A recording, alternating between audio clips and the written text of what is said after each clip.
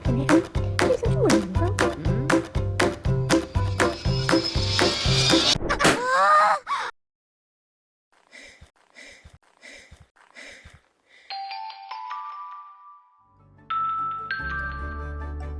Hello there, and welcome to Draws in Motion. Thanks for stopping by. This week we're talking about that animation you just saw at the beginning of the video. It was something I created in 1 week. I gave myself some constraints to create something with a cohesive story. It was under 1 minute long, and I just had to finish in time. So this week is going to be really exciting. We're talking about the entire process of creating it, as well as some tutorials on how the backgrounds and some other things were made. So stick around, thanks for joining, and hold on to your balloon. So as you know, at the beginning of any project we start with a story, which is the most important thing. It's what we're trying to communicate. And the name of this story is Between a Rock and a Balloon Place. It's a 60-minute animated short.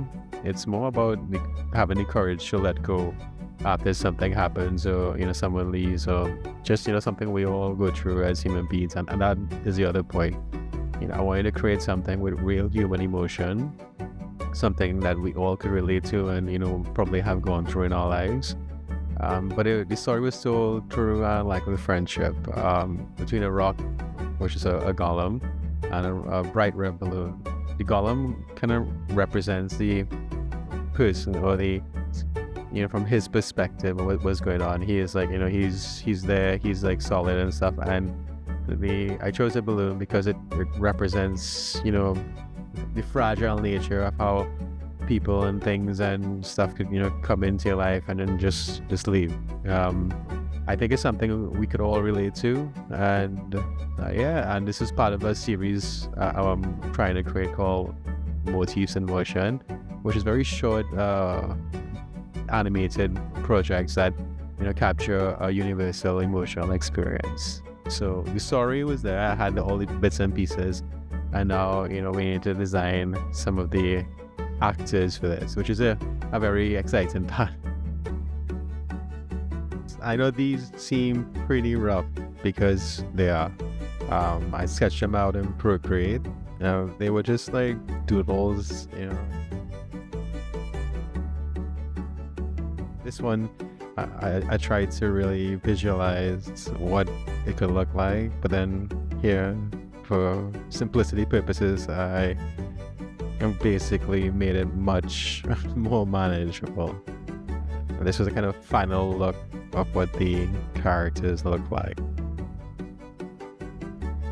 Now that we have an idea of what we're working with, we're on to Moho, and this was the chosen platform for the animation. I brought in the characters and drew them inside the application. Here you can see that I rigged up the rock, the golem, and we have some like really basic controls. Now, honestly, it could have been more polished, but with the time constraints that I gave to myself, it was really a quick and dirty way to bring these things to life.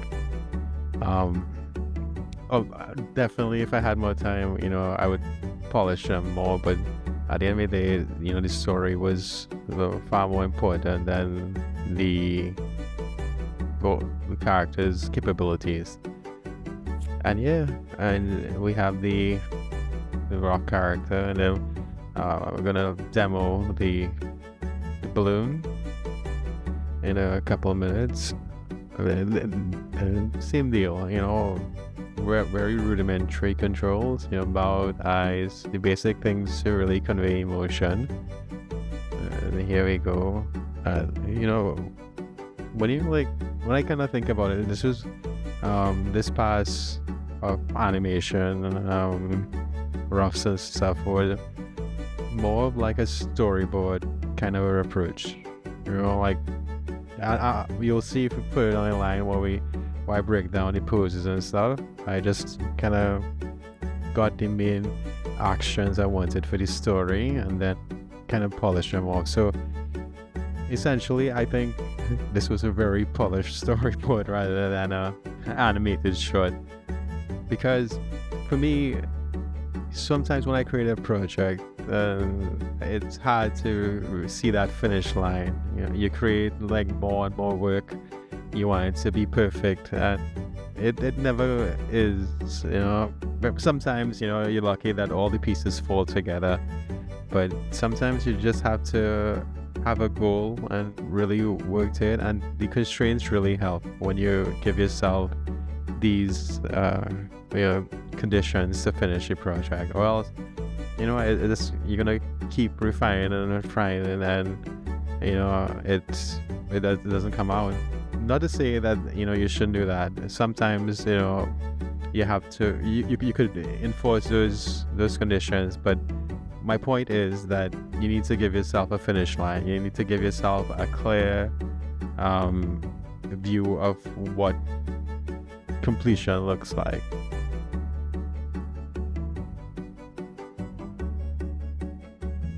And that brings our work with Moho to an end, and now we're going to create this background in Photoshop and introduce that painterly effect inside there that, you know, gives it the kind of watercolor brush stroke look.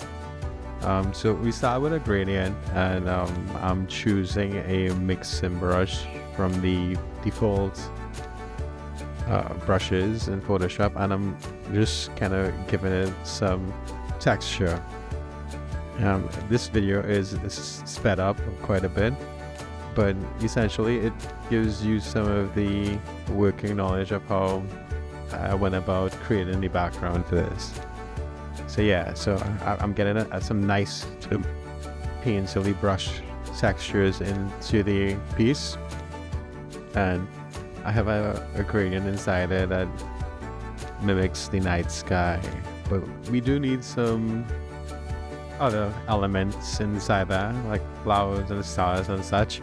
And here I'm jumping onto the brush and trying to create some of those smaller things by selecting just a standard brush, and from there adjusting the scatter and transfer properties of it to just like generally spread some small dots all over the board at different opacities. And you know, I would go in after and you know, like erase some of the opacities on some of the brushes. You could do a mask too as well, which works just fine. And here I'm using a pen tool to just draw out some of those stars with a bit more organic shape. It looks as though it's a children's book, which is the overall aesthetic that I wanted for this. And you know, I will drop a couple more inside there, and you know, once I get the overall composition looking the way I would want it to, then you know, I would go on and create some of the clouds and then adjust the color. And again, this is all up to you and your overall look and feel. You feel free to try it out and, you know, add your own twist to it. Right here I'm adding a glow to the stars. So actually I've used a mask and I'm kind of like dimming some of the stars, so we have like a random brightness, and then here I'm adding the glow to each one. Yeah. And just repeating the process, adding glows of different brightness around the night sky until I get something that feels right.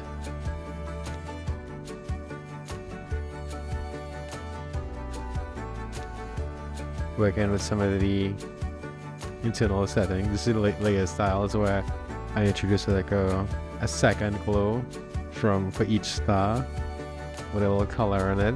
Just to sharpen up and give it that extra oomph, if you will.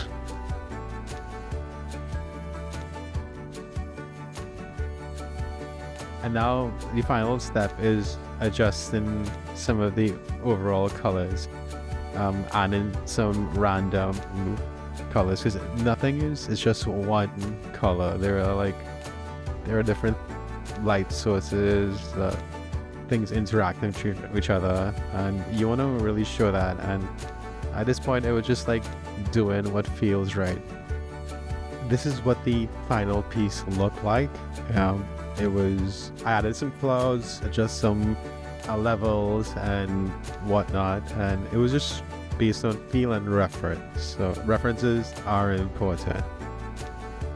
So this is what we're going to create here, right? After we did our Photoshop file, we're going to bring it into After Effects and create this painterly effect.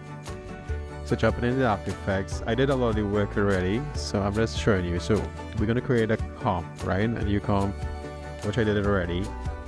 Drag the file inside there, and we're going to create a solid, which I also did.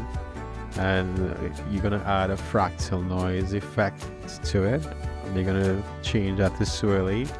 I'm going to bump the contrast up, and we'll just ignore that for now. We'll hide the layer and add our camera blur to the painting. This is important, on the layer, you want to select that fractal and make sure you set it to effect. And then you'll see what the fractal is doing to the blur and the artwork. It's giving it like a nice, painterly effect. But the problem is now it's not really doing much, right? And I wanted to create that, that staggered animation look, which you get on 2s and 3s. So while I created an expression right here, I'm just like messing with the scaling and stuff. It didn't really work out. I just had default settings, and it's not really important. We want to create an expression on the evolution by alt clicking on the animation button like so, and I have the expression right here. You could pause it and just put it in, and what you get is this really nice staggered animation, right? I'm just like fiddling around with some effects, some of these settings right now, and that's what the staggered animation looks like. It's kind of sped up right now, so it's much slower than that. But this is, the kind of effect we're going for, like different paintings, like swapping out and stuff inside there. And this brings our tutorial to an end. We're gonna shift gears and get into the animation. So we're kicking it off with the two characters just having fun as they would. Again, I wanted this to really be something we all could really connect with, whether it's like a person or an object or something that we really value. And usually when these things happen, as you can see, it happens so quick, it's kind of out of our control, and this thing is taken from us, and he goes through the emotions. He goes through the the stages, the feeling of loss. And I think the most important part of this experience is allowing yourself to be happy again. And that was Between a Rock and a Balloon Place. Thank you so much for looking at this all the way to the end. I do appreciate you stopping by. If you do like the content, have a like, share, and subscribe. Until next time, take care.